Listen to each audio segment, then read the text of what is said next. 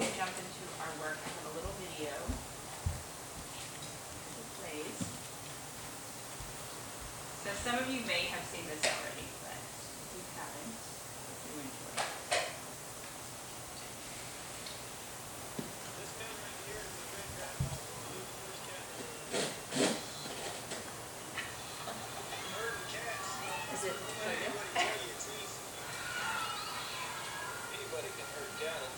Holding together 10,000 half wild short hairs. Well, that's another thing altogether. Being a cat herder is probably about the toughest thing I think I've ever done.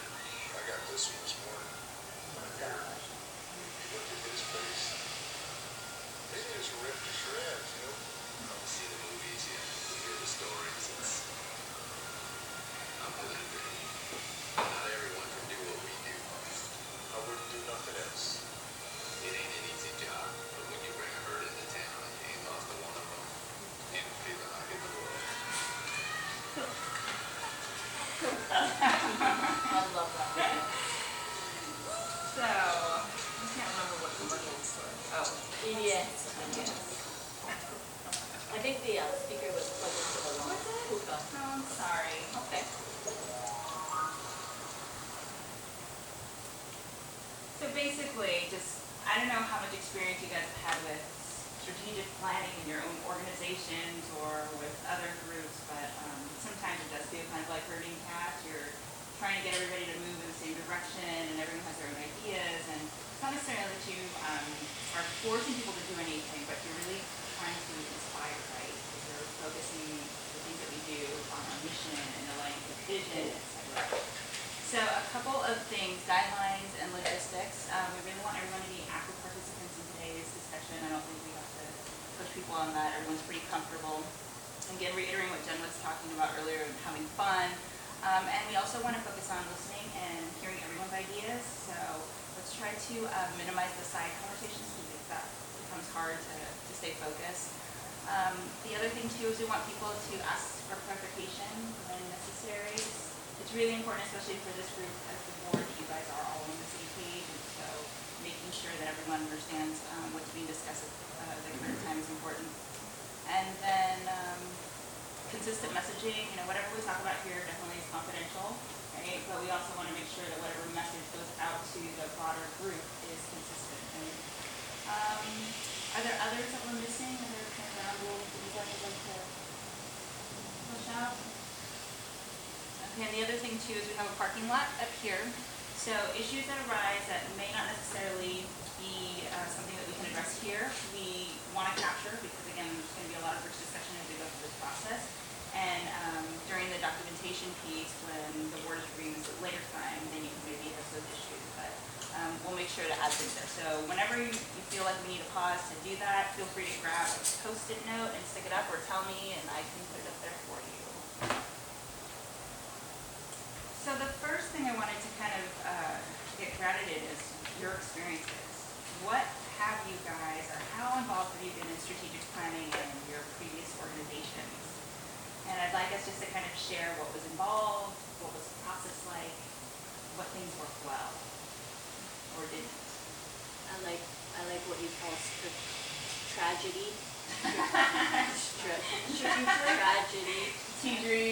Strategy, yeah. Sometimes it could be a tragedy, right? Right. Tragedy. So what's it been like in your organization? People usually do like annuals versus multi-year. Well, I can say that my previous experience with strategic planning, I love strategic planning, but what I was frustrated about was how we don't refer back to the outcomes and have certain touch points throughout the year to see how we're doing in terms of moving the needle forward. I'm a very goal-oriented person, so I like being able to either pat myself on the back or pat other people on the back and say, wow, we actually got one thing checked off out of 100, but still it was one thing.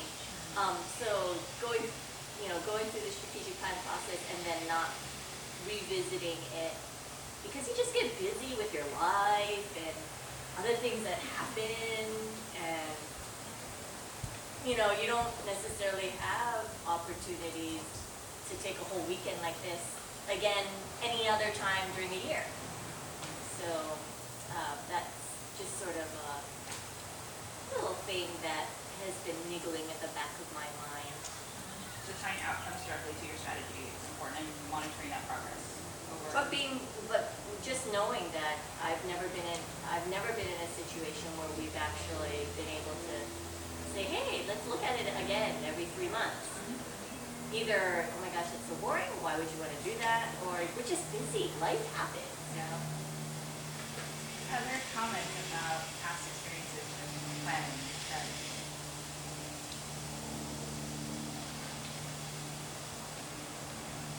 I kind of feel the same way, because in the league, we do it every year. We do well, even though the strategic plan is for 3 years and the annual plan is for the year, it seems like this comes up every year, and every committee is supposed to add what their goals are for the year.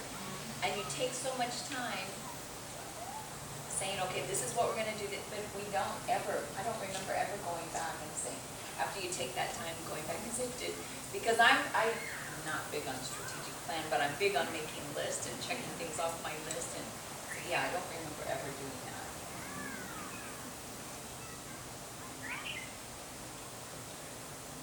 I haven't ever had experience in doing the strategic planning, but I have had it at the firm, and the board meets once a week, just like we're doing here, the strategic plan.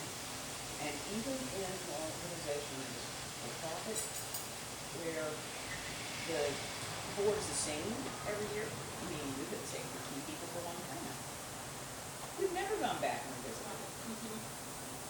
And it's very frustrating to me, because we're not going to evaluate our progress and figure out what went wrong, what went right, and what we want to do again. And then we do. You just don't get any long-term benefit from doing it. Even, as I said, when the leadership is consistent from year to year.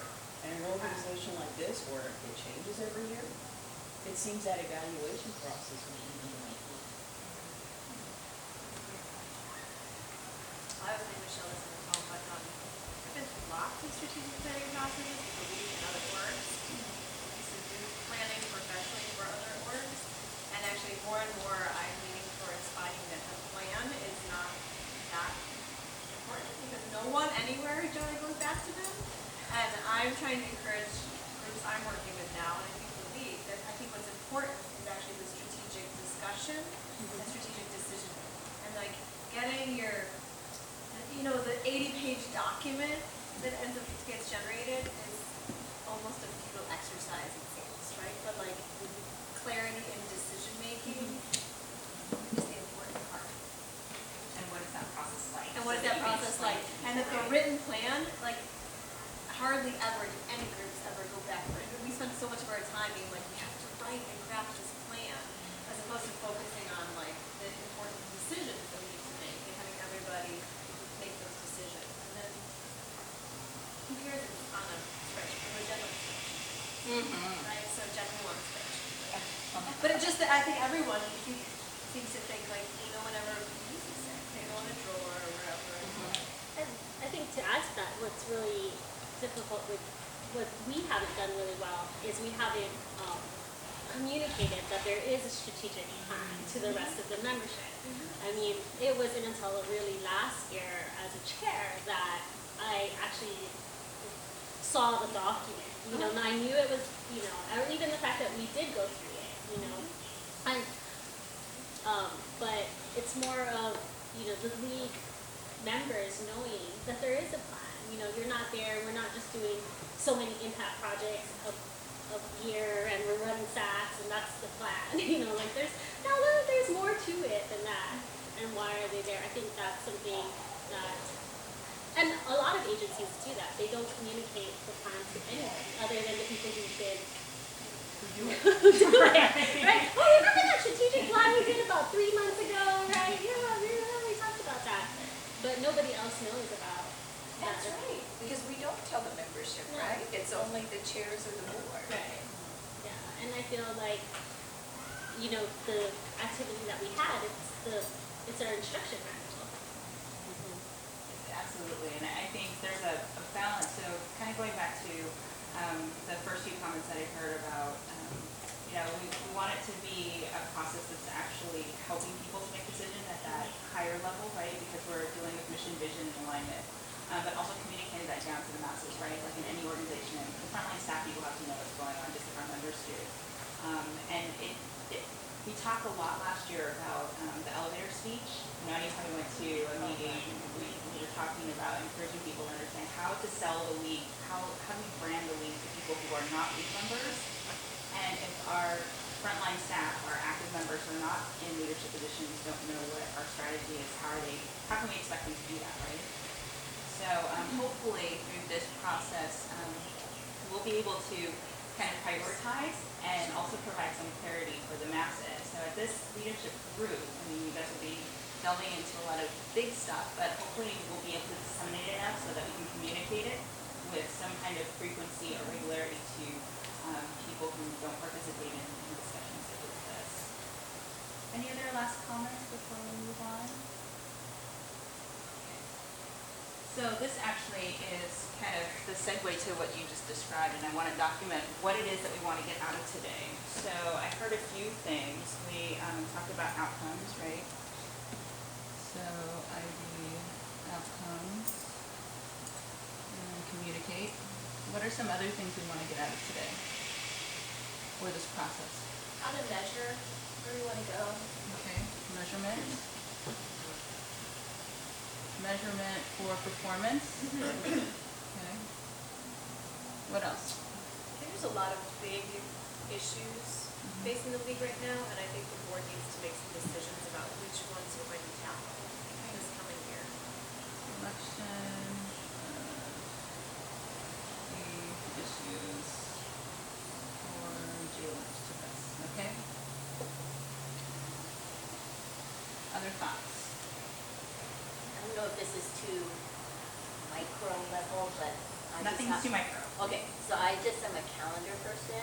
In addition to spreadsheets, I love calendars. So a timeline for which this is going to all happen. Is it 3 years or is it 3 months? I think we just need to make a decision on that. And I think also with timeline is evaluation, because if we're gonna put a deadline to anything, it's a way for us to evaluate where we are going and make those changes that we need to. And then communication, right? Oh, well, you said outcomes and communication. Well, communication in general. Communication plan, how about that? Okay, good. Other things, other thoughts? How do all the pieces of the puzzle fit together? So maybe I'm not a board member or leader, I'm a committee chair. Maybe I'm just a committee member, or maybe I'm just someone who's actually interested to join the league. But where do I fit into the whole? Role clarity, roles, how the pieces of the puzzle fit together. The fact that how do you bring the engagement of what does it mean to me? What's in it for me? Kind of thing. Okay, good. Others?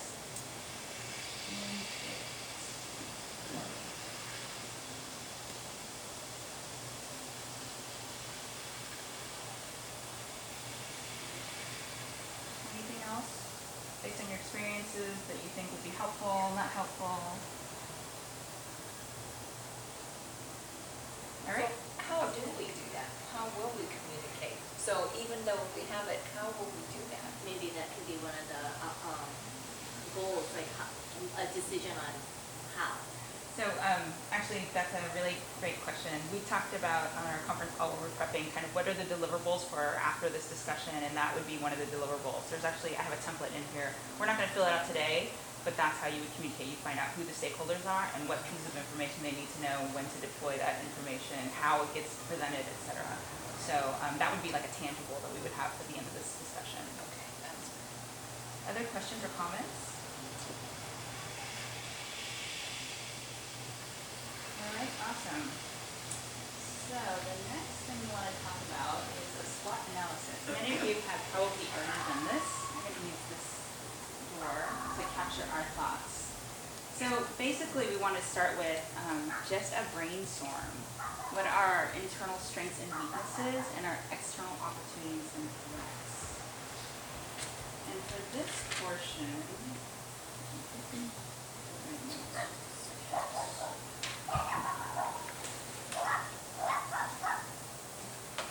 we'll actually use some of this to drive some of the future conversations that we'll have about what we're going to focus on, etc. But I think what's important here is just getting everything out there on the table. And here we have the mission to refer to in terms of how we're guiding this entire conversation. So we're just going to do a free-for-all brain dump, and I'm going to record a little bit of shouting out.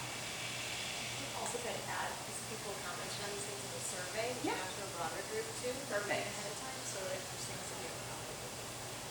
Okay, so let's start with strengths. What are our lead strengths? History. History? Talk about that a little bit more. The fact that we are 89. Okay.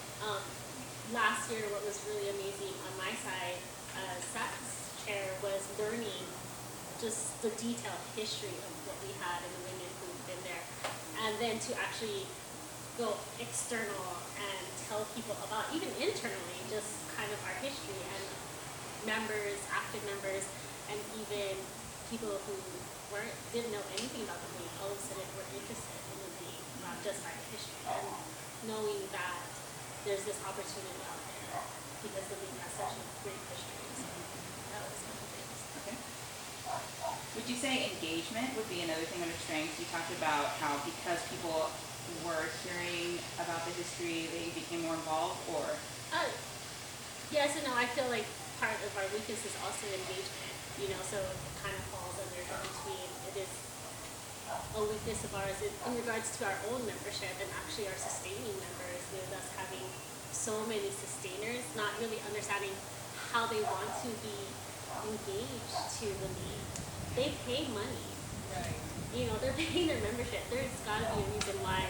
And many of them want to be Right. engaged. But it's just, and that's just, we just haven't had the time to do it, or even have the plan to how are we going to communicate with them. There's so many of them. Well, this also gets bleeds into that conversation about priorities, right? Right. So there's so much stuff that we have, and we only have so much bandwidth. Yeah. So part of our discussion today is to figure out what are those critical issues that we need to address, and then we figure out the tactics to execute on that. Good. Yeah. So we have engagement. What else? Engagement, members and sustainers, and competency. What else? Network. Network. Or strengths, the Okay. network. Talk about that. Every time I have a conversation either with our members or people who are outside of the league, the conversation goes like this. Oh, I'm with the junior league. Oh, isn't so-and-so also part of the junior league? Isn't so-and-so also part of the junior league? Oh, I know so-and-so, she's part of the league too. Judges, attorneys, accountants, business owners, really sort of influential women in our community are part of the junior league. And it's amazing how that has opened so many doors for us. So I consider it as a strength. I also consider it as opportunities as well, because until I started having more of these conversations, I actually didn't realize so-and-so was, CEO of that organization. So-and-so was the vice president of human resources at that company. So-and-so, it's an amazing strength. So-and-so has a sweet beach house. Yeah. Right. So yes, the strength of our network, but also the opportunities that our networks present. Okay. Great. Over the past 89 years, that's a lot of people. And I think especially so culturally in Hawaii, that network is so important for the way we do business and the way we conduct business here. I'd like to counter to that, a weakness, I don't think we utilize that. Yeah. Absolutely. Nearly as well as we could, So it could be and we should, a to make our weakness life as well. easier or extend our reach, was really impressed actually, PRND's roundtable that they did a month ago. Because of the network, they were able to very easily, frankly, I think, get like a whole heck of a lot of very busy nonprofit CEOs in a room together. Yeah. And it's because of the network, right? Because it was like the various people went out and did it. And we should be milking that more, I think, or utilizing that more because we do have this amazing network that I don't think a lot of other works have. Maybe Rotaries might be the similar kind of reach. To add to that too, is I realize that we actually really don't use what we do for the, outside of the league, for the league. I mean, the fact, I'm like really impressed that Michelle's actually doing this instead of us hiring, an outside person. We know internally we have people who do this for a living. Why aren't we utilizing who we have, other than our accountants and our lawyers? That's the only time I know we're utilizing our league members for what they're for, what they use, what they do, and their talents. And other than that, we aren't really using our. And do we even know what people can contribute? I don't know that we do. I think that some people, I don't even necessarily know. Here's Lisa. What I don't, you know what I mean? I almost think like we have definitely some people, academics and standards that wear like a different hat. Like I'm not, this is my fun hat. So I would ask me about accounting or whatever. Right. Those are nice. Hey girls. Hi. Crashing your party. Yeah. We're at Adult Plantation. Nice. Have Do you some wanna have- pizza. Yeah, all the food is out. Salad. Yeah, So as you explore the house, one assignment for you, figure out how to turn off your sprinklers. They've been on for the past 6 hours. We don't know how to turn them off. Lisa, you're here, so you Yeah. have to know. You need to just explore the house until you can figure out how to turn it off. There's most likely a timer for it, but Nah, we all Maybe think in the that. garage. But there No, has to be. no one can So find she said didn't leave timer. any directions about let's go up those? there. Come on. Let's go up If you there. guys can find a box, I can do it. Probably, Like ours. maybe, is there a garage in there? Yeah, there's a garage. Usually it's outside, under a, box. All right, so using our JLH network effectively, understanding strengths, what are some other strengths or weaknesses that we want to throw up here? I think a weakness is the number of members. Okay. Our retention. Yeah, retention. Would those two things be together, or? No, Yeah, I think I would separate them, myself. You have to separate recruitment from retention. Yeah. Okay, so number of members is a weakness, and then retention is another weakness. We want to call out separately, right? Right. Okay. But I think that we're doing a better job with recruitment. Yeah, recruit. Yeah. Our numbers have gone up. but So that would be a strength then, yeah. Recruitment seems like no problem. I think it's getting better. I think everyone's talking about the league more, but keeping those numbers. Oh, she's around. She's here. She's here. She might be outside. You know what, we had, when Jennifer and we did new member, and you know how much fun they have as new members, and they see each other every couple weeks, and then what would happen, then you send them off, and they don't hear from a chair for a really long time. They feel very disengaged, like, why did I go through this, and then where is everybody?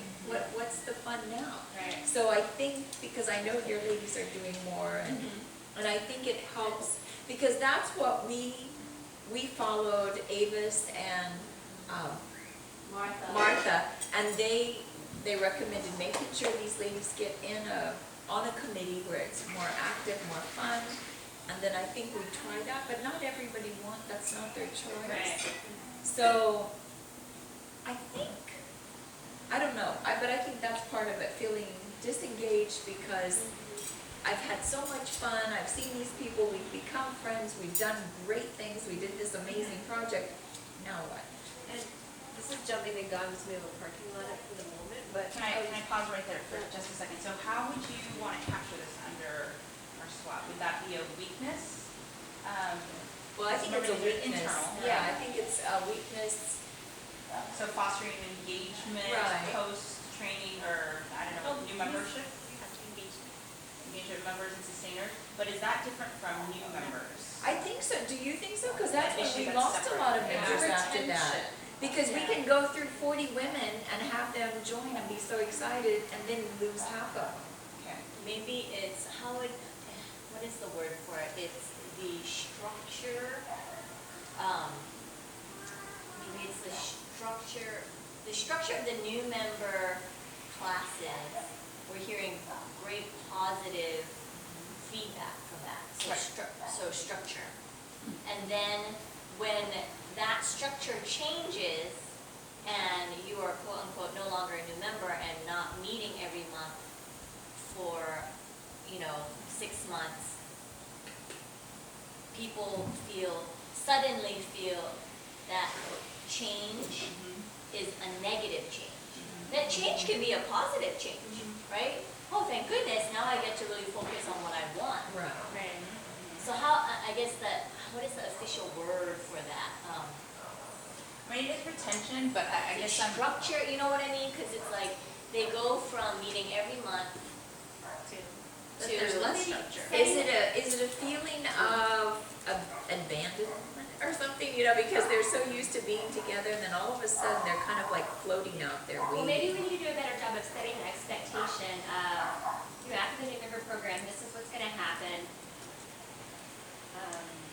But I think even when you tell them that, it's still, once it happens, Well, this goes to mentorship also, which could be an opportunity, right?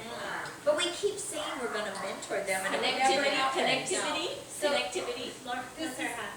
Oh, sorry. Ooh, ahead. Well, yeah, I'm still in elementary school.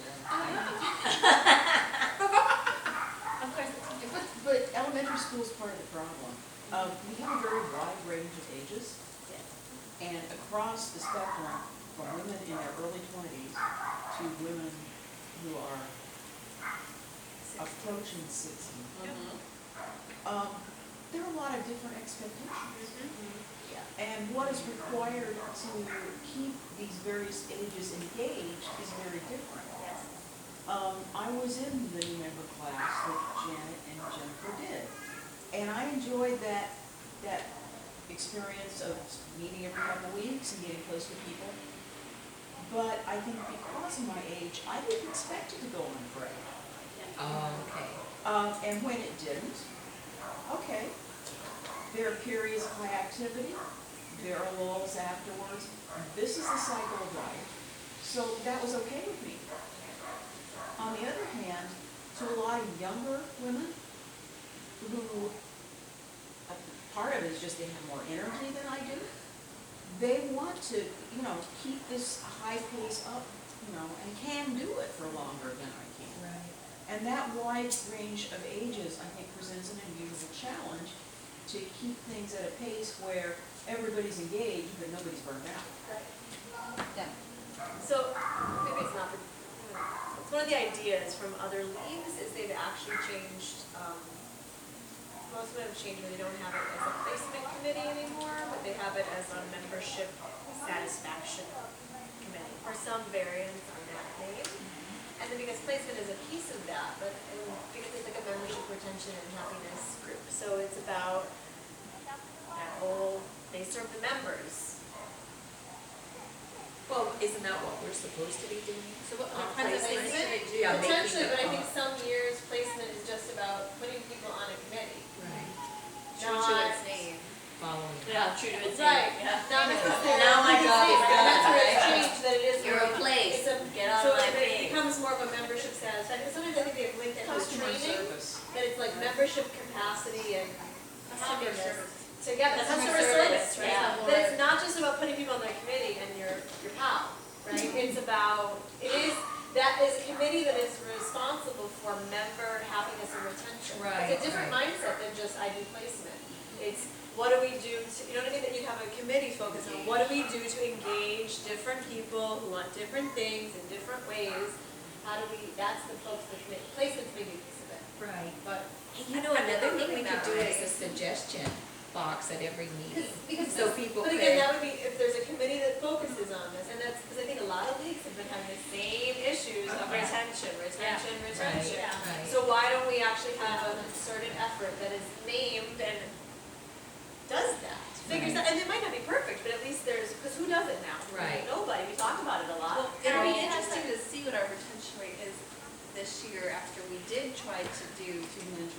that a little bit more last year. Do we have any idea how close we are to the number 39?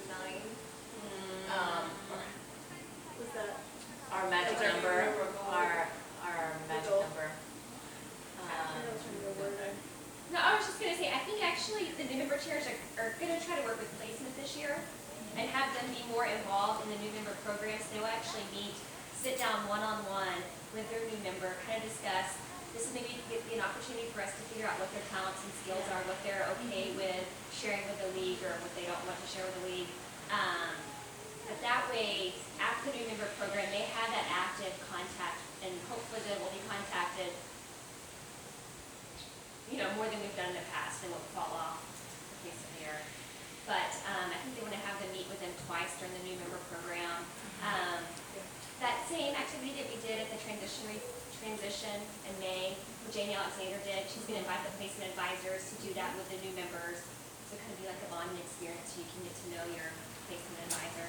I think that's one of the things about our strengths right now that's really exciting about this year is the fact that we have really great new members or kind of recent actives who are in leadership roles. And they are bringing that excitement to the table. Like we've had that, you have, it's like, because we were so desperate for chairs, we just kind of put people in chair positions. But that Really? Yes!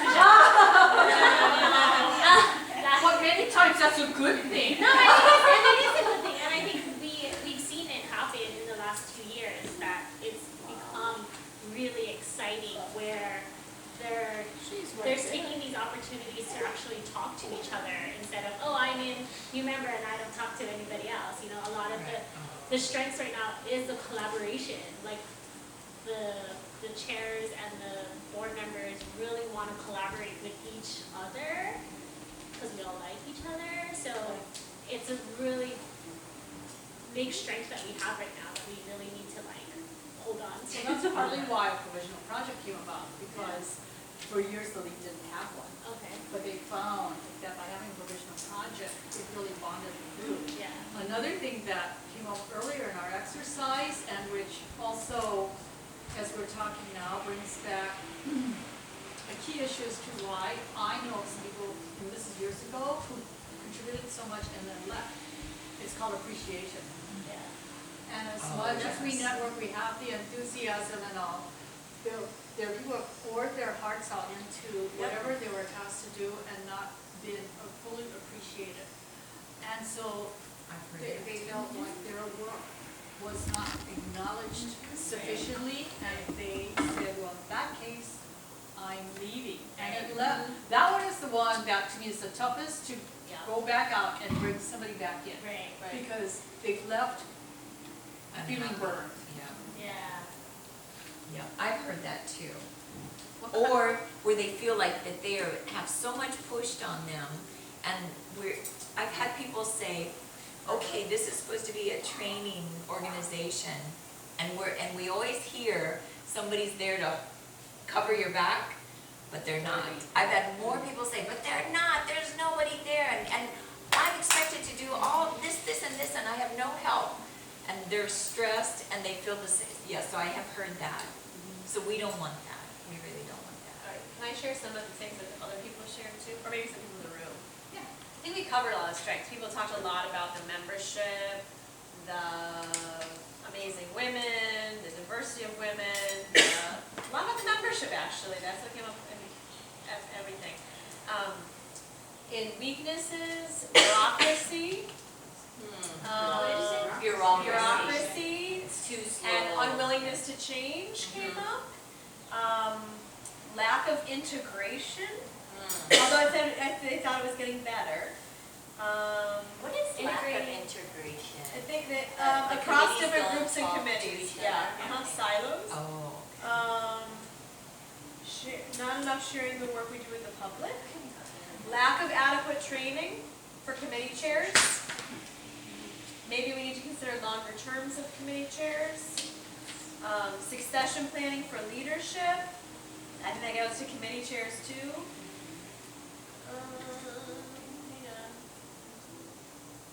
The small membership.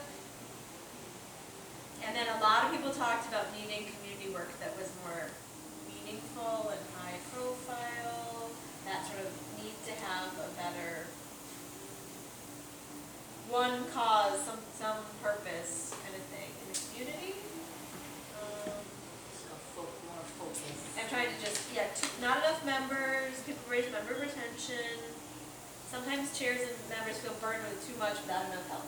That came up too. So, I mean, some of the things we're saying now, right? I've been hearing a lot about the junior league is so slow. You know, like why does Or it to take try to get so an long answer. to change or get an answer? I've heard Yeah, that I mean, too. Why? I- Why? I know that is there, but I feel like with the bureaucracy and even the community impact, I honestly feel like we just don't do a good job communicating.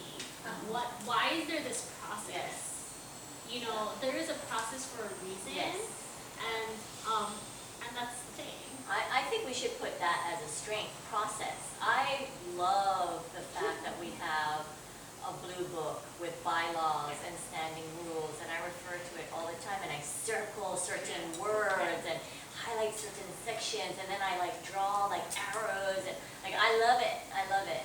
But yeah, I don't think a lot of people actually open up the blue book at all and understand that it's for our protection, it's for the organization's protection, it's, you know, it's. But also how it's- to use the process to make decisions faster, you know, it's like. Yeah. And I think too, we get the caveat and we get the announcements and meetings about upcoming activities. And the people who catch the message go and they participate and they get something out of it. But then afterwards, we need something with pictures and to show what was accomplished because the message doesn't get back about what actually got Yeah. done. Yeah. And these people who think that the league doesn't have an impact on the community are just not getting the information. Because it's there. Yeah, and those people, again, they outnumber the active membership two to one, almost three to one at this point. So that's a really big deal, the fact that we're don't worry about telling the world until you tell yourself Tell your first. members You know? first. Let's tell our members first. It's funny. It's hard, but you're People right. outside the league think more highly of the league than a lot of people inside.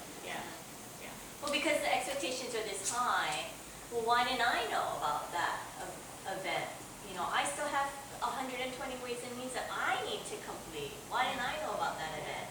Because the messaging, the process is, we have certain vehicles for messaging.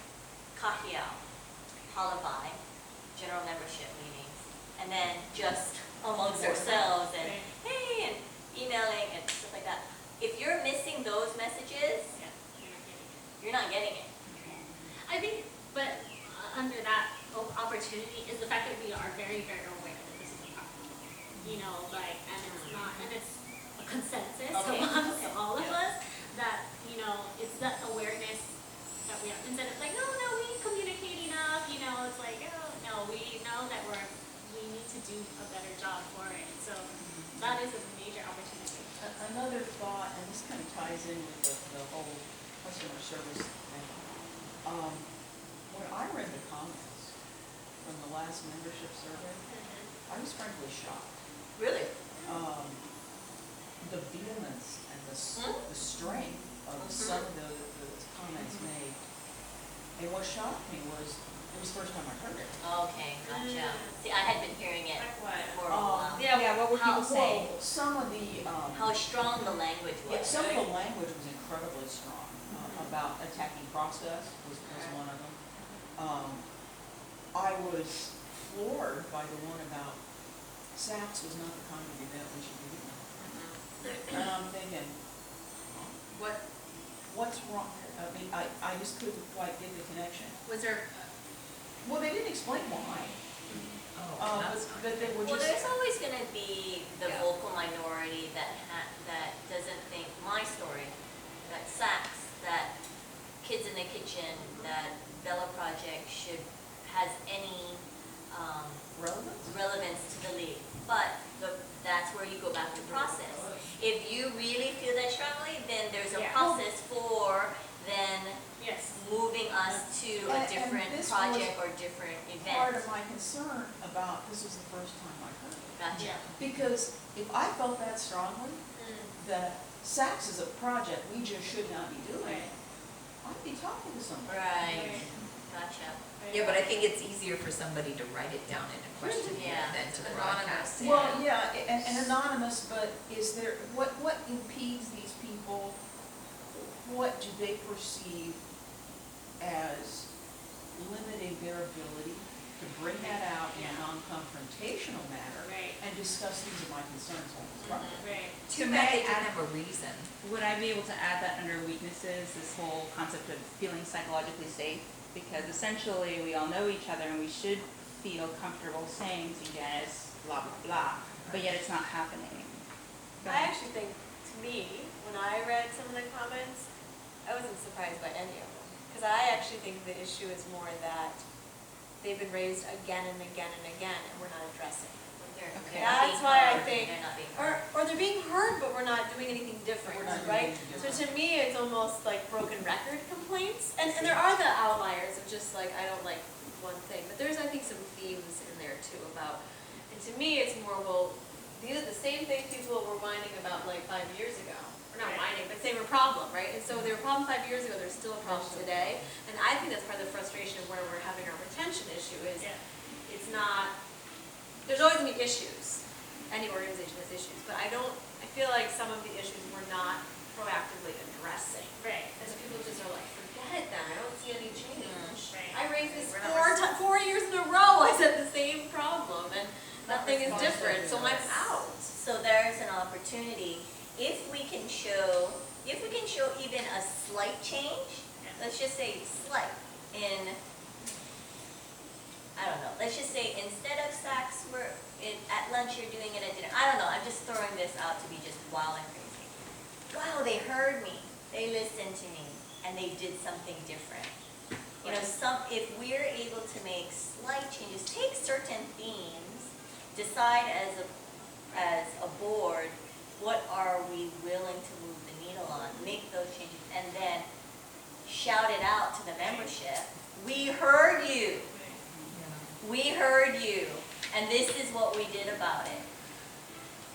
I think we Well, get I have really another good take on that. Yeah, okay. Go ahead. And one of the takes is, doesn't SACS generate funding we need to do our projects? So I'm hearing some of those comments, not here, but I mean from the survey, as maybe our membership doesn't have a clear understanding What's that? of what is the junior league and why we select these projects and the process we go through. Right. This is why you become a volunteer. This is part of why, not only do you become a She found it. volunteer, in the process, you're often trained to be a leader. She found When the you box. look at the number of junior league women out there who are at the helm of nonprofits, major fundraisers, in professional capacities, that just says a lot, not only about the talent that came in, but what we're left with to go out and do something for the community. And this has got to be, I don't think this is clearly conveyed enough. Fully agree. And Jen and I have talked about this, we've also seen, and I kind of addressed it to Beulah, who's our training chair this year, and actually Marcy Herring, our past president, is very excited about this, that we talk about being a training organization for women, but we don't do that very proactively. It's sort of like hidden under other things, and we don't say that that's our purpose, right? But as we could do it, that's one of, I think, the strategic decisions we could be making as a board is, so some other leagues have done something like, what did I remember what the Marcy they were calling it? Nonprofit university. And that you proactively say, we are going to be training high-level volunteer leaders. And you don't do it just like haphazardly, because it happens when you're not looking, but you almost, like Marcy and I talked about, it could almost be like Girl Scout badges, you know, where you are, this is how you're getting fund development skills, and then we can sell other people in the community. This is a trained fund development person because she chaired the auction at stats, and she went to this workshop, and she, you have like a set, He's had a resume coming. a resume kind of thing, and that is the value. You come to the league because you are getting high caliber volunteer leadership training, which happens, right? That's often we talk about the value is, oh look, this person started this nonprofit. Oh look, these people sit on these boards. Well, how did that happen? Right now it kind of happens accidentally. I suppose. I don't think it's been a touted enough outcome. I mean, when I joined the league, that's what people told me too, and you'll be able to, learn parliamentary procedure and all of this, and you're gonna find that when you go out there, and you're someday sitting on a board or on a committee somewhere outside of the league, But do that we you're sell gonna be that? shocked to find out how people don't know how to run a meeting, and that's exactly what happened. I mean, I would go and I'm like, what? But this is so fundamental. I mean, and I'm like, we do this in the league. But do we explicitly also do it, right? Like almost because it sort of happens, and we say that sort of, and frankly, Jen and I have talked about this as people who have staffed nonprofits. I don't need like low-level volunteers at my nonprofit, right? I can post at UW and get people to come in and fold, mailings. I need quality board members. Yeah. I need quality people that I can tap to chair a committee. I just had our fundraiser a month ago. I said, who did I call? I knew I could count on Betsy Hanna to run our dessert auction. I didn't need to babysit her because I know Betsy has the skills to run an auction, and she could come in and chair it. And that's frankly one of, to me, the best services. My story is great and all, but the service I think we provide is our trained women. And why don't we do that better, more? Do it But more. even my story, Do it more. See, I just did a resume and I listed it, and I'm using so we'll see if I send it to an employer, what he says, because I have listed from when I started the league and all the different activities that I've been involved, leadership activities. So I'm using it. No, and I'm not saying it's not a good thing, but to me, my story only touches X number of girls, right? Right. The value is the training. The you training, got. yes. It's to you. Yes. You See, learned how to develop and run a program. That's what I think is incredible. Right? You're right. And so the projects we Right. do are giving our women the skill sets. This is how you're going to learn to chair a committee. This is how you learn to do a community assessment. This is how you learn And to just do that. amazing how our members who said, oh, I don't think I can be a facilitator, I don't think I can stand up in front of the girls, and they do it. They do it, and they do this amazing job. But we don't do a thorough job. This is what's like, we don't do a thorough job of almost packaging now, right? We don't lay out. That's more beneficial to us right now than the number of girls that we it serve. happens, but like accidentally almost, right? Right. Like, well, if you happen to get on my story, you became a really good, if you happen to be on SACS, you're gonna learn how to run an auction. We don't do it like I'm almost saying, we were talking about giving like a certificate, like you got your fund development badge because you did X number of things, and now you are a fun development. and It's almost a certification. and then you know what? I want someone that's been through the junior league's fund development thing to come and chair my fund development committee at the Boys and Girls Club or whatever, because I know you've been through the ringer, right? Like You're demonstrating a certain level of that's a competency, huge service to the community, and that's a value I think to our women, right? The skills Right. working our members. Right. And that could lead back to the appreciation. So the opportunity here is through the Kahia, Halavai, our website, we could show, and even the La Lima, let's showcase members throughout the year. Right. Where we show, what I mean is perhaps a little article or feature about, look what Tara Kowal learned, here's one of my skill sets. And a new member could be looking at that and going, she learned that,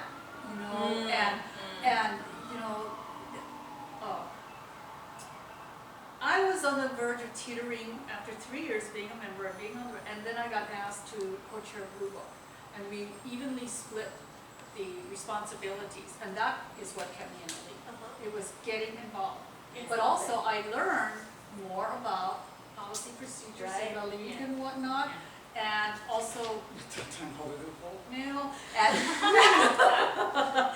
Which is still an important that's me with today. deadlines. I mean, it's like, I'm this Blue Book freak where I thought we were supposed to have a Blue Book out by the end of August, and it's not, okay. And then it got to September, and because everybody's expecting it. I mean, that was and has been the tradition. And so it's kind of like, I kind of miss that cycle. It's like the league had this start in September and end in May. I realize now with year-round school and year-round league, we need to flex that way. But I think that kind of structure helps spell out for people. It's very simple and very basic. And if we can distill this into some simple basics, that would help people understand. The sprinklers The are off. sprinklers are on! Well, you know, another thing that Tara mentioned as far as placement Oh, yes. and new members and finding their strengths. Does everyone know that we have sodas? Oh, Yeah, they're out in the cooler on the deck. okay. There's Sprite and Diet Coke. Thank you. Okay. I kind of also like Yay! that she mentioned the strengths We have to of, unplug so it. people, we know what their talents It'll just are, make and ours, so but that it- they can take There's advantage something of those. The time. Well, one thing So that I it's a do good like, thing we which I turn think it is a on. big strength in our league, is Plug it back in and put it back asking on. someone to Can do. we, Hang on. Oh, yeah. sprinkler, we're good with sprinklers? Yeah. Everyone good with sprinklers? Yes, it should be. Okay. What was that? Well, what I think is another amazing strength that we have, and I like the idea of placement, meeting with the new members and finding what they like, their interest, and what they're good at. But another thing that I think we do, which is amazing, is we encourage our women to try new things. Maybe out of the box, that isn't their strength, because that's the only way I've taken a lot of the roles that I've taken, because I would think, I would never do that, that's not something I care for. But then once I try it, I've loved it.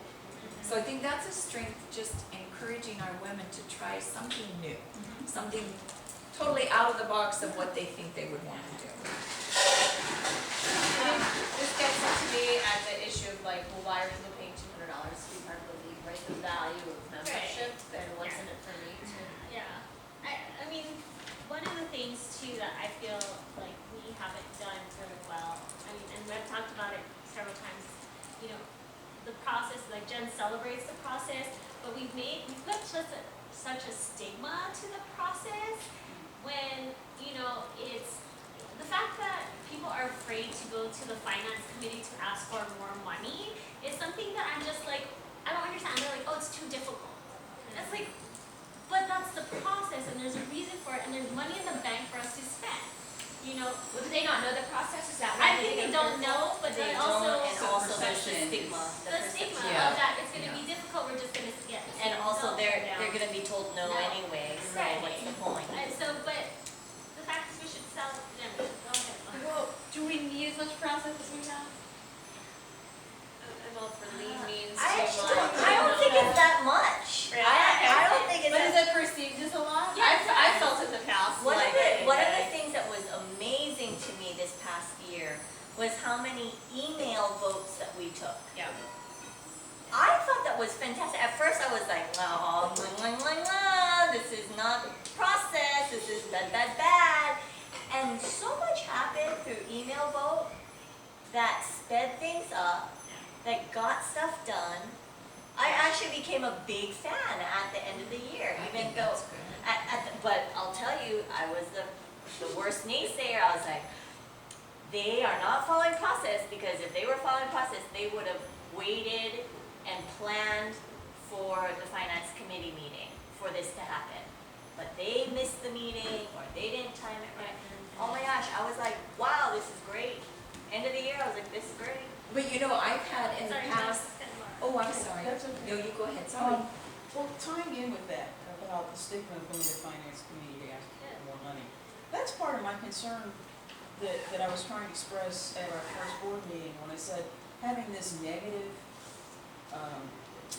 not zero-based balance budget every year. To me, you start with zero, and then you expect to adjust during the year. And if you expect to adjust during the year, then people should have no problem going to the finance committee and saying, hey, we started with these facts, we've got new facts now, we can do a better job. Let's make some changes in this budget and amend our original one. And, you know, you kind of, it's like tacking a boat to where you're going. But there's no expectation of what you do at the beginning of the year, when admittedly you don't have a lot of facts, is somehow inscribed on a tablet in stone, and we have to stick to it, even though it's no longer productive, it no longer helps us achieve our purpose. Yeah, this amendment process needs to be built into the process, and it needs to be an expectation. Yeah, and that whole fact of them coming to the finance committee with facts is another point for evaluation. We don't do a good job evaluating. So they're gonna be like, oh, I just need this money in because we really need it. It's like, well, where's your facts? That's And they're where's like, your oh, well, we haven't documentation? done anything. It's like, well, we should be doing an evaluation. So that they are, when they come to the finance committee, they have those facts and say, we need the money, we know we have the money, give it to me, you know? But in the past, I've been at finance committee meetings and I've seen people come and they've been intimidated because they've said, we need money for such and such. And then they feel so intimidated because the board members, it's almost like an attack. Yeah. But when you have the knowledge of the facts that you know you're doing a good job, you're knowing you're making the community impact, you're fulfilling the mission, it doesn't matter. You show that to the board. If the board says no, then they should just leave the board. Like, that's really just like, hey, you know, we're doing the mission, we're accomplishing our outcomes and stuff, but we need more money to do it. But see, that shows that they didn't come in prepared. They just came in asking for more money. But they have to, I think we have to, just everything, just coming back to the mission, having our members know our mission, having them know our outcomes, and how to ask for money, how to celebrate what they're training in the process. Because, navigating the system, right? Yeah. You can't have the expectation as the deciding body if you haven't told people what the process is like. It's not fair. And then you do feel attacked, right? You're like, well, they're expecting an ROI, and you're like, well, no one told me. So that sucks. And then people get it snowballs from there. And you don't want that for our members. I mean, But then think about just what they would gain as in the training side when they go out to another nonprofit and are on the board member, just knowing our process is all boards, nonprofits that have a finance committee. You know, they have that process. You know. So I mean, it's something that should be celebrated and said, you know, this is good. This is something that another badge you'll get. You know.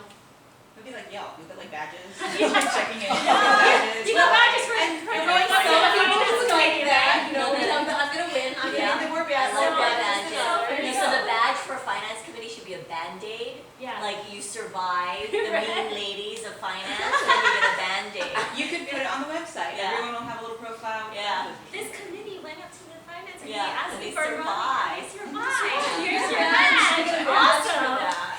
You're not checking in again. I want to do it again. $2,000 for their new project. But that's value those skills, right? I don't think we celebrate or value those nearly enough. Yeah. The learning. The learning process. So we have a ton of strengths and opportunities. We didn't talk about threats too much again, looking at external threats, and I think, and you guys can validate this if it's off, but definitely the smaller number of people out there willing to invest in philanthropic events and things that we do. So, I mean, especially with SACS, we're Let's thinking put about this. economy, let's put time, And I think let's the other threat is the emergence of a lot more women organizations out there. There's a lot more put differentiation. Yeah, So what sets competition, us differentiation. But we are very different. If you really look at us compared to Women's Fund, YWCA, we're all very different. But to a person who, a woman who comes out saying, I want to do something, Right. why would I pick the junior league, or why would I do all three? Pay $200. Right. But that's clarity on what we What we offer now, right? This is Yeah. us. We're not the why. There's a lot more. There's a lot more of them, and we're all doing a lot more branding. We're all trying to be out there also. So, What are some other threats that we want to talk about here? Prestige. Prestige. Talk about that. What does that mean? I don't think we have the prestige that maybe other women organizations have. And if we do, then we need to really tout that. Okay, now what are the women organizations come to mind? Let's just say YWCA. Okay, so I am on the board of YWCA. Oh wow. Compared to I'm on the board of the Junior League of Honolulu. What's that? Right? It should be, oh wow. So prestige, I think people are looking for that. You That know, name and recognition, right? yes. Resume building? Yes, but again, I think we have it, we just haven't been good at touting it, and maybe we're falling behind in that area. Yeah. So that's a I threat. would, because I would count, because having grown up at the Y here and been on program committee and all, one of the things that the Y, you know why, well, the Y did not always have leader luncheon. But when they started leader luncheon, it was one of I was involved with the Y in some of the early years of leader luncheon, which just kept growing and growing and growing. And I don't know enough to, or remember enough to know what was, but they did need to have a way to raise more money. And the up, you know, over the wars, up until then it was, oh, you become a white team, or you go to the camp, Kokokaki and whatnot, and the Y just had this real low key, very low profile image. Well, it's certainly changed a lot, and especially in more recent years. So I think they too had, they probably, I would venture to guess that a bunch of years ago, they probably sat there, and if they were going through this SWOT, the people would say, Junior League has the prestige. I'm serious. Yeah. That is So why maybe they profile, prestige, and profile, prestige and name recognition, and then profile on the same sticky. But, So- you know, going to Saks and seeing the sellout and whatnot, I say we're well on the way. And to see more men involved, you know, actually just participating. And I have friends that every year they wanna come. They already say, Right, let me know. but that's only one time a year that we're doing this, right? Yeah. And maybe we need just maybe one, again, one more thing that we can say this is going to raise us in the Well, eyes of our own members as well as in the community. Do you think What- that's what a do you mean fundraiser for? though? I don't think it's a fundraiser, it's probably more of a fundraiser, or it's a strategic event that says, Underneath the bar. Yeah, but Or- think of how, We're under there. just think how her story went and how it could be, started yeah. going from big and then it got smaller and then now that when we have that partnership, it's gotten bigger. yeah, no, you're right. So maybe we just need to really say to ourselves, what is Wahine Forum doing for us? Yeah. It should be the leader luncheon of the Junior League. Yes. Wahine Forum should be our leader luncheon. Saks in the City should be our heart ball. Yeah, exactly. Yeah. And we need to be at that level. Right. Why? Because what does it do for us? It's doing what we need it to do, is address these threats. We don't have enough prestige, guess what? We have Saks. We don't have enough profile or name recognition, guess what? We have Wahine Forum. And we need to just state it. So maybe it's not about creating anything new, it's about just stating it very You've been clearly. very modest. Yeah. Yeah, so more PR and presence in the marketplace, I think is also. So maybe PR and presence. I mean, to me, the prestige thing is not so much about these events. I actually think we have really prestigious events, and people like want to come and buy tables. Yeah. To me, the prestige issue is more, why would either up and coming or existing amazing women want to be a member of the league? That's the prestige, right? Like right now, there's like, why would you want to be on the board of the Y? Network, prestige, you've already arrived in your career, your high level career woman, so that's you join the Y.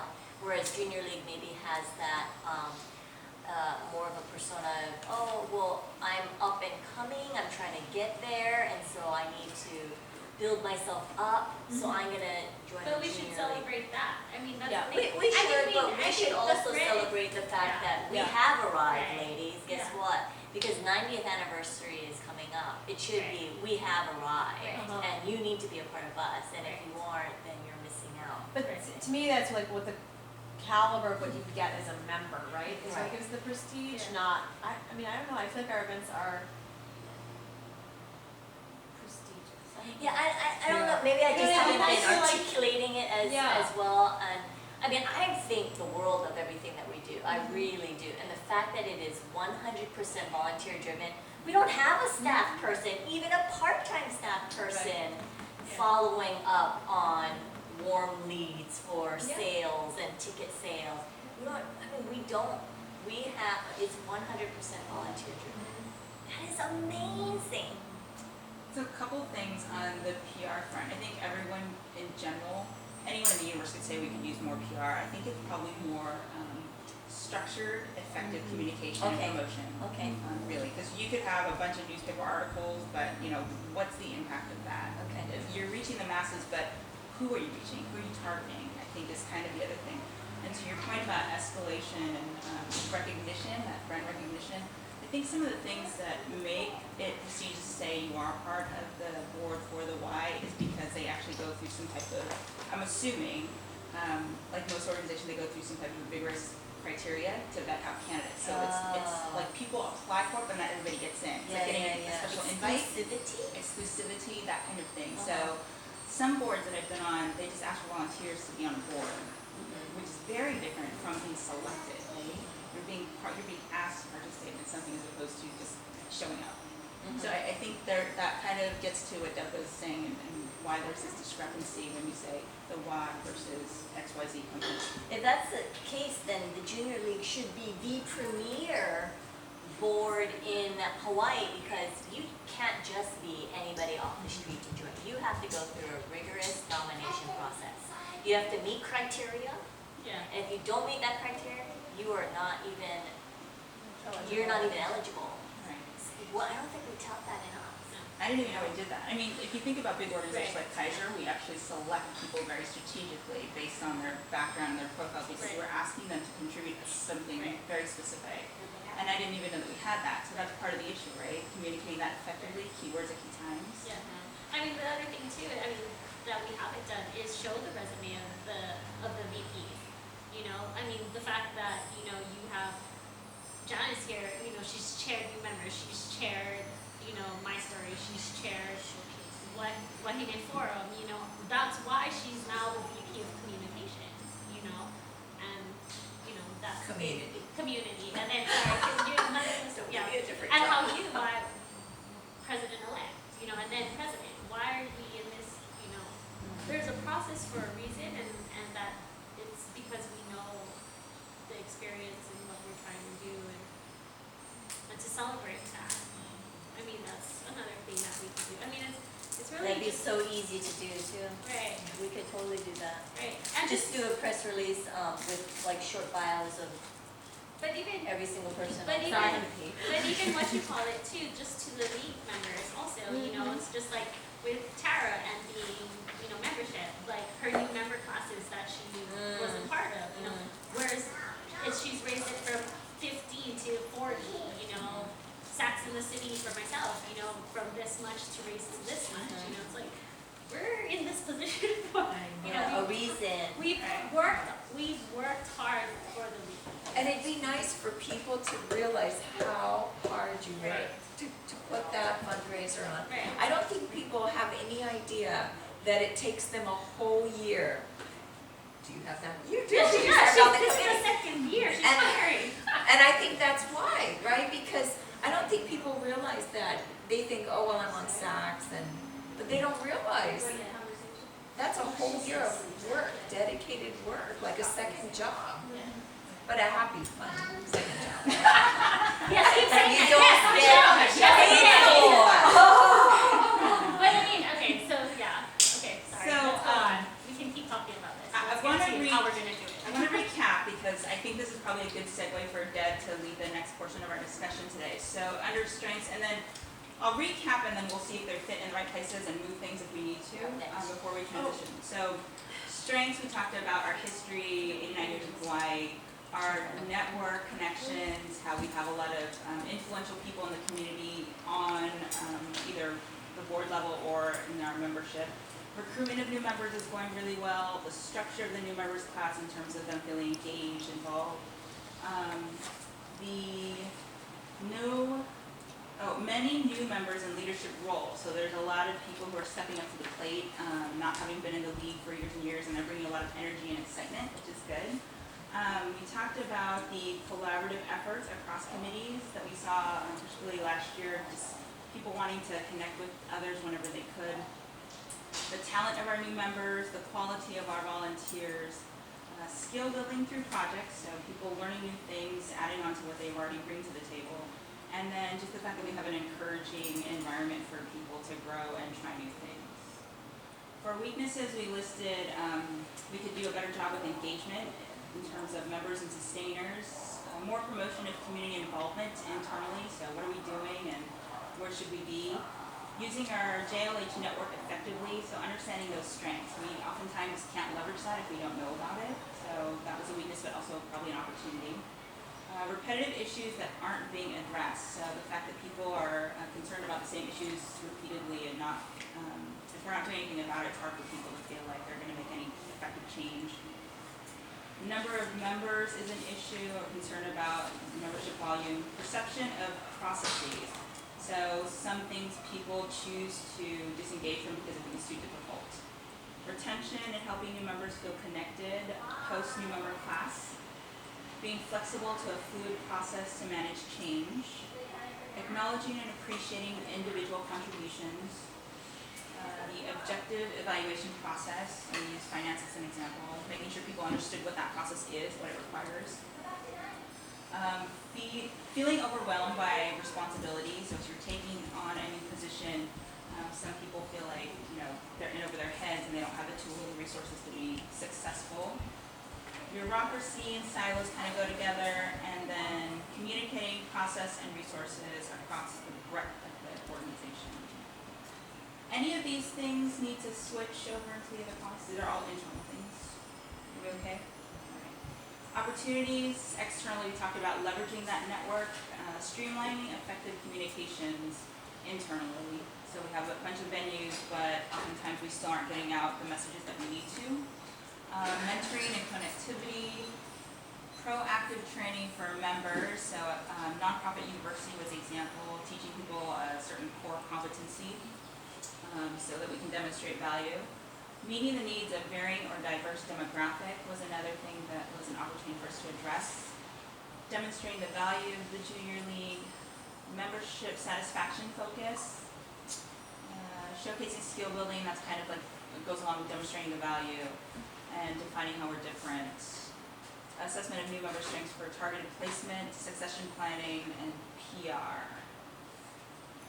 Lastly, for threats externally, we talked about the competition for volunteers. There's a bunch of places people can volunteer, but what's going to make them come and volunteer with the league?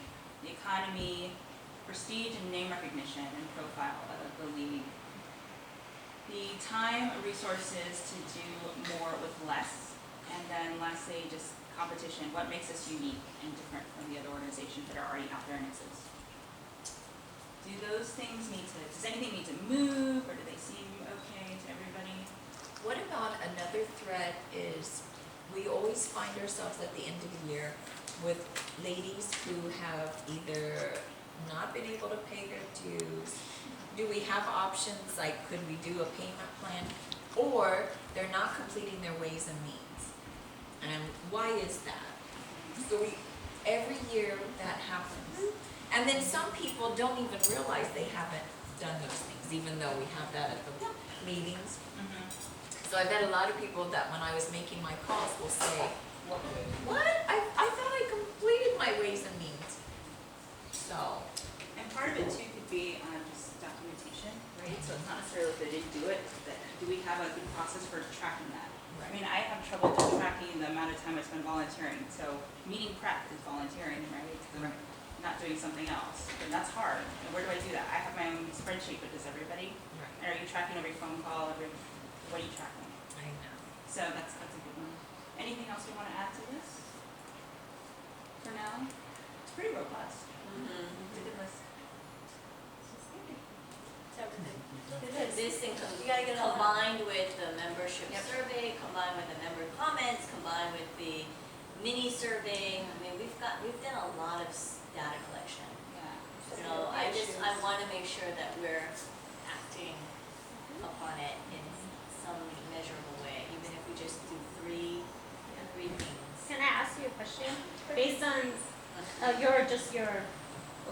your opinion and Deb's opinion. Do you feel that this is exactly what we got back from the survey? This is a good representation, I think so. absolutely. So either you guys were the only ones that filled out the survey, or you've been listening and been able to be good voices for those who have been saying things. It's a good summary. Yeah, so I do feel that this is pretty much what we've heard. But the sad thing is also, my first time on the board was in 2005. This is very similar to what we were So talking. what we about really want to 7 do years is ago. that we want to have the same amount of problems, just different problems. Yeah. At the end of this year, right? That's our Right. goal. I think that would be an amazing goal to have, actually. There's always gonna be problems, but it's that the same problems persist with no change. Yeah. So we want to change things. Well, I would venture to say it could be no perceived change, but okay, let's take sex as an example. Someone said we shouldn't be doing that. Leagues all over traditionally used to do rummage sales. That was and by the time I joined the league, that was on its way out, or had been out. And then what led to what is now Saxon City, a bunch of years ago, Melissa Ching Benjamin headed up the fund development, or PRD, I can't remember which one it was. After a whole year of extensive research, it led to the nomination of 3 things. One, a women's conference. What led to originally Gifts That Give over at Wood Warehouse, which now of course has become Saks and on. So whatever we had been doing, which was certainly not, and when I joined, it was every year it was a gala of some sort, an evening event with silent auction and so forth. And that also got changed because of some of these, but it was through extensive research, and that was part of the whole process of training whoever was on the committees to do this research, which has left a legacy to where the league is today. So yes, although it's perceived, we're bureaucratic, I've heard this too, but we've also made changes, and we've addressed with the times. Otherwise, I don't think our league would be where it is today. We face the same membership number dwindling as many other strong organizations. You can talk Honolulu Rotary, but their numbers are down too. And so it's just that there's just that much more out there. Yeah. And people are being more selective. But I think that we have a very strong leadership core, number one. And to marry what Jennifer said and what we brought about is one thing that we probably could do. When you ask, like in any organization, right, when you do an employee survey, people will take it, but they want to know, okay, what are you doing with the findings? So if out of this retreat, we say, okay, these are 3 things we're going to address as a result of the member survey that marries with our strategic planning session, and we're going to communicate this at least 3 times during the year. Here's how we're addressing those concerns. Then the members will, those especially who are like watching to see what we're going to be doing, will, first of all, they'll receive the feedback. Number 2, other members who may not know will be informed. No matter which way you turn, people are going to hear, we're addressing concerns that you have made, and here's how we've done. These are the 3 that we chose because that's all we could do this year. Whatever that number is going to be, I'm just saying 3. Can I have one more weakness that I was just trying to recall all the membership survey pieces? It came up multiple times, I think, that there's too many projects. Too many projects, is that what you said? So too many, but not meaningful enough. Oh, yeah, that whole issue. Can I also ask, this isn't a recommendation but a question. So one of the things that the group brought up earlier was Nicole comes up with the time frame for which planning occurs. So there's a 3-year, I think you brought it, Janice, and then every year the board changes and then you do kind of a refresh. Is that an issue or not, for continuity's sake? Because a year is very small. I mean, I'm looking at it from a committee perspective. we were like pounding already, like, where's the list? I need to know who's on my committee. Right, And right. technically, we're closed for the summer, but yet we've already started those discussions because you kind of have to. So is that an issue at all or not, is the question. The time frame for planning and strategy. Because that impacts execution, right? You can't have these lofty plans if you only have 6 months in which to demonstrate the change that people are asking us to make. And if that's the time frame that you have, then you have to be realistic about what you're going to deliver, right? Yeah, right, but I mean, it's identifying the three and saying, here's what we're doing and what we can realistically do, or at least start that process. Yeah, because our time is short. But I think having vice chairs helps that, hopefully, because you're not, you already have kind of what the expectations are, or what you have, that you're gonna be needing to do that next year, so it's not, all new day one. There's been It's a strategic difference. movement towards that vice Yeah. chair for continuity, for not so much turnover. I think that's actually gotten better. That's great. Yeah, Yeah, that that under helps. strengths, that's a really Yeah. I think that's kind of, helpful I thing. mean, it's still an issue being all volunteer and historical memory and, not. Well, we did a vote, I can't remember how many years ago, because what we really wanted to do, or wanted to recommend, letting our board members stay in their position for 2 years. And then, it is wonderful to have the vice chairs, because you always have this at the end of the year, I need the binder, I don't have the binder, so it's kind of like, I don't have what I need, what do I do? So, the vice chairs has really helped. And then just the thought of, is it an option to keep these positions for 2 years? I know I did one time for, it was fundraising, but that was because it just happened that way. And I loved it, And because you the were the second year was exception. so much You were easier. a huge exception. I mean, people were like, oh my gosh, Janice is doing it 2 years in a row. And I That's loved nev- it. There's never been done before. And then she kept saying, this is the We best should thing do ever. it. Everybody should do it. And we So did a it was vote. very It's interesting. like just when you get your stride, you're done. Yeah, and then, Yeah. but we did a vote, and a lot, and many Yeah. people didn't want to do Yeah. that. It's an issue. And But then are people willing to sign up for a 2-year chairship? Well, that was It's the time thing. commitment piece, right? I mean, but it's a balance. I mean, But if they're a vice chair, they're there for 2 years.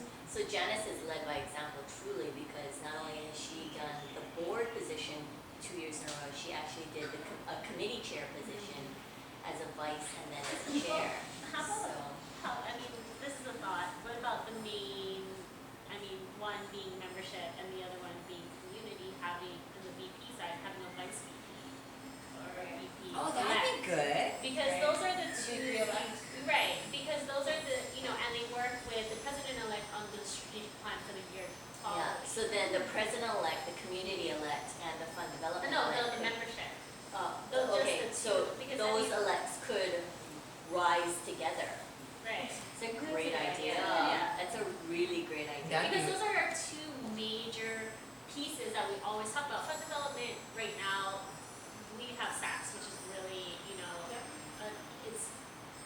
we could just do what we did last year and not even worry about making the goal, and that's fine. There are people who want to come every year, all the time, so we're okay with that. But the membership is something that we're always talking about, and also our community impact is also what we're talking about. There's always problems, so having somebody come in a VP elect, knowing and working with the love it. president, That would be and then they're awesome. supporting. It's a I good would love it, and especially with so many committees, it would be such a wonderful Right. treat to have someone. Yeah. Right. And And then then get that hopefully, right, is it membership and community impact for the two positions? Membership and community, Okay, community. VPs, Got VP, yeah, VP elects. yeah, Oh, I would Yeah, love that would be that. really It's a good. cumbersome name, but. yeah. And so we would put that to the general membership to vote on? Is that how he would? Well, I put it in the parking lot because Okay. we're not at the narrowing down. That's gonna lead us to that discussion next, but we just wanted to get all the ideas out first. Because the most important part of any kind of prioritization process is problem identification. What are the key problems? And so we have a lot of stuff here, but I put it here so that we don't forget it. And then if we come to that point where we're doing the voting, then we'll add it to the list. Because the fund development and communication side, it goes with the other two. The VP that falls into it just kind of celebrates that, but the 3-year strategic plan needs to be, those three key people need to be on the same task. I mean, for you to have to find your VP of membership and then to find your VP of community and sit with, okay, this is what we're doing, and making sure that they already, you know, once we all got nominated, We could to be like, totally do this. And that's We sort could of the totally point of do I having a love it. PE and then the president. is Just that like we you have a nom- treasurer-elect like, as we have well. a treasurer-elect. Right. The whole point Why is is that that? you're, Because it's such a huge you're job. being mentored, it gets the mentoring. We would piece. fall apart if we didn't have a treasurer-elect You're not and a really PE. responsible for it. yeah. Yeah. But how is it, I mean, you know, for you to know that all of a sudden your new VP of membership does not want to do anything that you want to do, and you've been working on the strategic plan for a year as PE, and you now have a VP of membership, and they're like, no, this is what we need to do for membership. Well, either Right, that so or you're you're kind of starting the at the same discussion time. all over again, right? Exactly. That goes to Yeah. the cost of living piece, right? Right. Which would be why it would be nice if our treasurer-elect, or vice treasurer, whatever. Treasurer-elect, treasurer- assistant treasurer. Assistant treasurer. Yeah. So we have to come up with a name, but it's the same Yeah. kind of thing, Yeah. right? Then you have, Yeah. as part of the discussion, and it's a. See, I love that because Good idea. just like, Oh, you can do it 2 years. Right, we're moving, I think no, I think we're no, but I moving love into that issues, because we're moving into Oh, yeah, strategic okay, issues. that's So no, I mean, but is there, just to like keep us on, I'm going into facilitator, but is there anything else we need to get up on the SWAT part, on the, Well, this is to, great. to I move like in, that. because we're already naturally moving into like Yeah. strategic issues to Perfect. address. So should we close this out? Anything to add? We're good. Good. Good. Round of Should we applause. take a shishi break? yeah. Yeah. Okay, And and then how so much what of we it- start talking about though is the strategic issues that we want to address this year. So think about that as you get a drink.